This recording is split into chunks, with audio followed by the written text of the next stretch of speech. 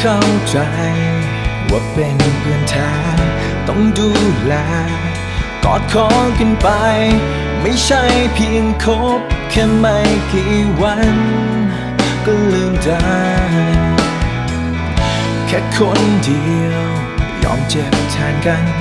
ไม่ต้องการมากมายอะไรนาทีมืดมิดเราเป็นแสงไฟกันและกันที่ผ่านกันมา